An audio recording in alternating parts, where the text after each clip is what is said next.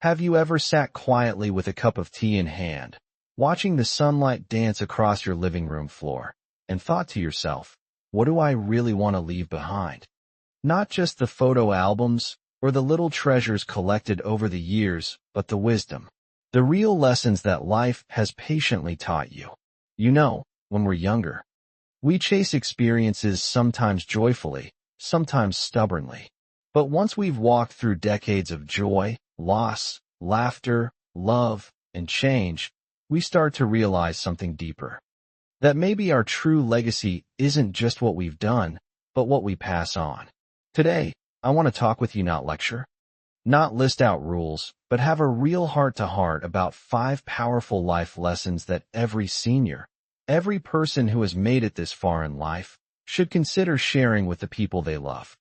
Not just children and grandchildren, but friends, neighbors, maybe even someone you've only known a short while. Because your story, your experiences, your truth, it matters more than you think. Let's begin with this. If there's one lesson that grows richer with age, it's this: people matter more than things. It sounds simple, almost cliché, but tell me, how many of us spent the first half of our lives chasing things? The better job, the bigger house, the nicer car, that perfect kitchen set we saw in the department store window.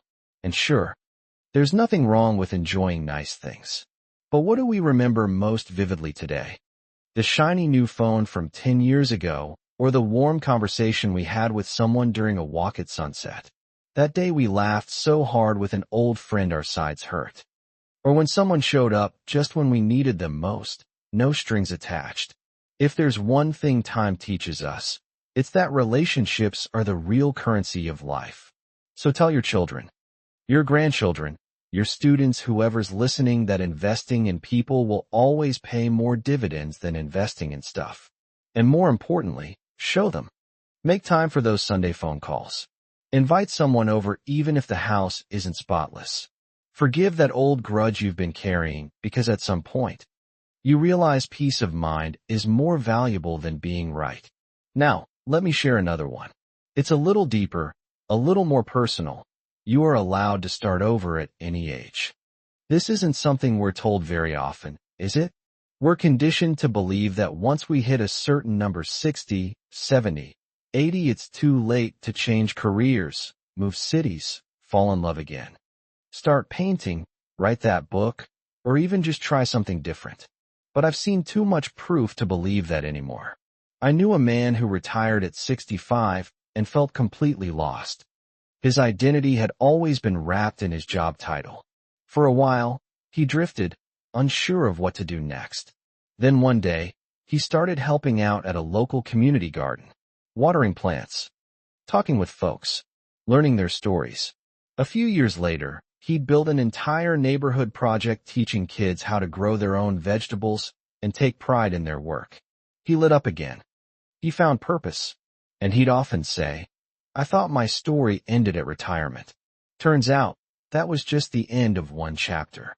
We need to pass that belief on to others. But the cracked, human ones too.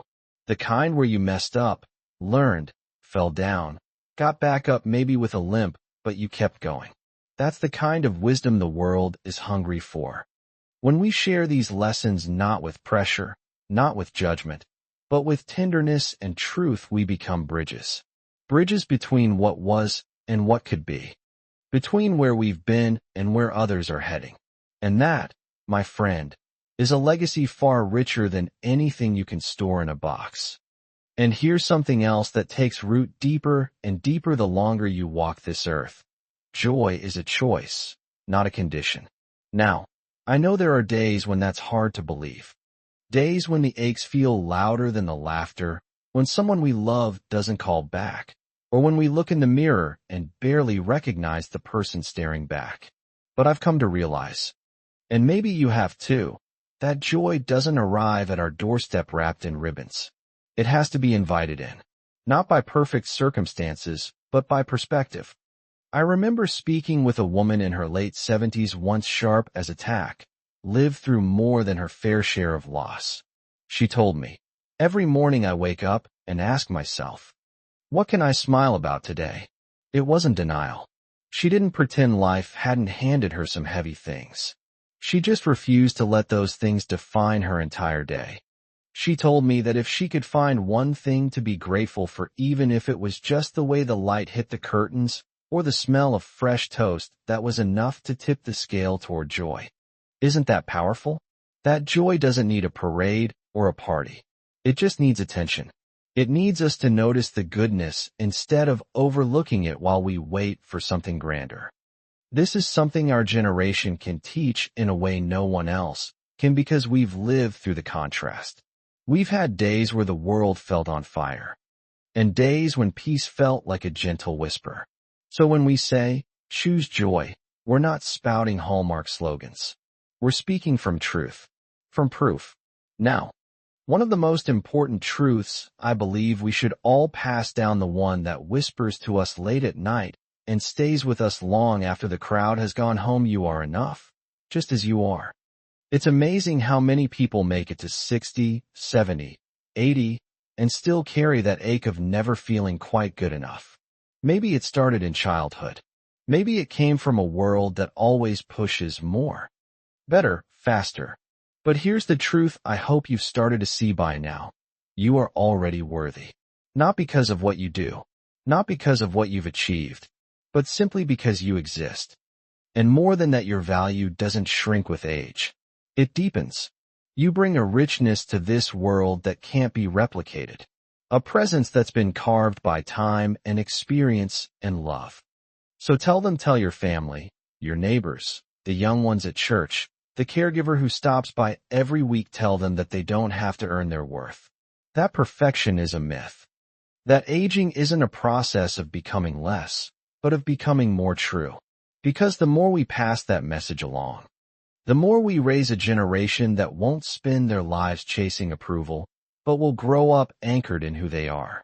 You know, there's something quietly revolutionary about a senior who walks through the world knowing these things, living these lessons not as sermons, but as stories, as steady examples. You don't need a pulpit to teach. You just need presence. You just need to be. So, wherever you are watching this from, maybe your cozy kitchen, maybe a porch swing, maybe your favorite armchair, I want you to take a breath. And remember, your voice still matters. Your story still holds power. And the lessons you carry? They just might be the very thing someone else is waiting to hear. So many people spend their lives waiting for permission. Permission to speak up, to rest, to leave a toxic situation. The kind of strength that doesn't need to shout. The kind that simply knows. And maybe that's what the world needs most right now, not louder voices, but wiser ones. And yours is one of them. If no one has told you lately, the lessons you've lived through are valuable. Not despite your age, but because of it. You've seen things fall apart. You've seen things come together. You've loved. You've lost. You've laughed so hard it hurt, and cried so hard it healed. And that makes you a keeper of wisdom. You don't need a classroom or a stage to teach. Sometimes, the most powerful classroom is a kitchen table, a phone call, a simple hug, a soft look in someone's eyes as you say, I've been there too. And if you're wondering how to begin sharing all this, how to pass it on, start small. Share a story with your grandchild. Write a letter to your younger self, and then read it to someone younger. Leave a voice message for someone who needs encouragement. Or maybe just sit quietly with someone who's struggling and offer your presence instead of a solution. Because it's not always the big speeches that change lives. It's the small moments of connection. The times we say, you're not alone. The times we remind someone that this too shall pass. The times we offer a hand, not because we have all the answers, but because we remember what it's like to need one. And before we end today, I want you to take a moment to feel proud, not in an ego-driven way, but in a soul-deep way. You've made it through years that tried to break you. You've faced change after change. And you're still here, still growing, still giving. So breathe that in. You are a library of lessons. A lighthouse for someone else's storm. A living, breathing testament to the truth that life doesn't end when the noise quiets, it begins in the quiet. As we wrap up this conversation, I want to thank you for your heart, for your history, for every smile you've shared and every tear you've turned into strength. The world is better with you in it. And if anything we talked about today spoke to you, if it made you reflect or smile, or even tear up a little, I'd love to hear about it. Share your stories in the comments. You never know who might need to hear exactly what you've lived through.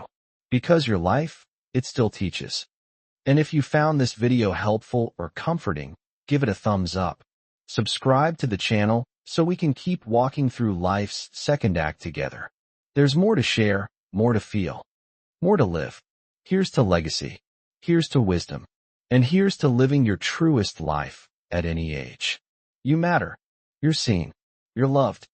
There's one more thing I want to say, maybe not a lesson in the traditional sense, but something that lives underneath all the lessons we've talked about.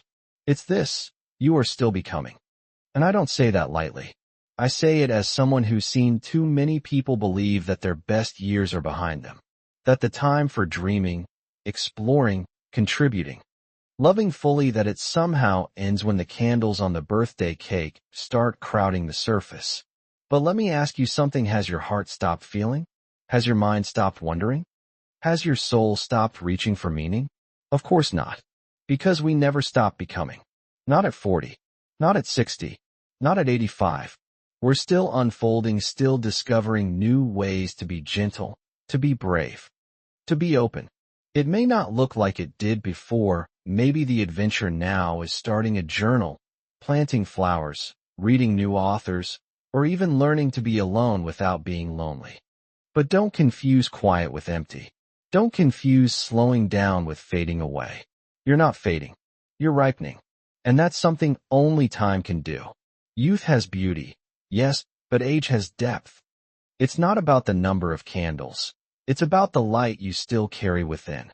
I want to invite you to do something. Something simple, but powerful. Take 5 minutes tonight. Just 5. And think about one lesson, just one, that life has taught you the hard way. Maybe through loss. Maybe through a mistake. Maybe through a long, winding journey you didn't expect to take. Write it down. Or whisper it out loud to yourself. Or record a voice message for someone you love. Don't wait for a eulogy to be the first time your wisdom is spoken. Because your life is a well, not a wall. You don't have to hold it all in. And the truth is, someone out there might be standing at a crossroads right now, scared, unsure, lost, and what you've already lived through could be their map. That's why this matters. That's why you matter. We don't need perfect people. We need honest ones. We need people who've been through the fire and still choose to love. People who've lost and still choose to give. People who've hurt and still choose to hope. And that, my dear friend, is you. You are the wisdom of generations packed into one body. You are the storyteller, the comforter, the guide. You are proof that life doesn't just go on, it deepens. So if you've ever wondered what your purpose is now, in this season of life, let me offer a simple answer. Your purpose is presence. Your purpose is to be here. Fully. Authentically. With all your softness and strength. With all your quirks and questions. You don't need to build empires. You don't need to change the world. You just need to light up the corner you stand in. And that will be more than enough. So before you click away, before you go back to your day, just pause for one breath. And in that breath, I hope you feel this truth settle into your bones. You are not done. You are not forgotten. You are not invisible. You are needed. You are loved. And you are a living gift to this world. Thank you for sitting with me through these lessons. Thank you for listening with your heart open. And thank you for being exactly who you are. If this message meant something to you, share it.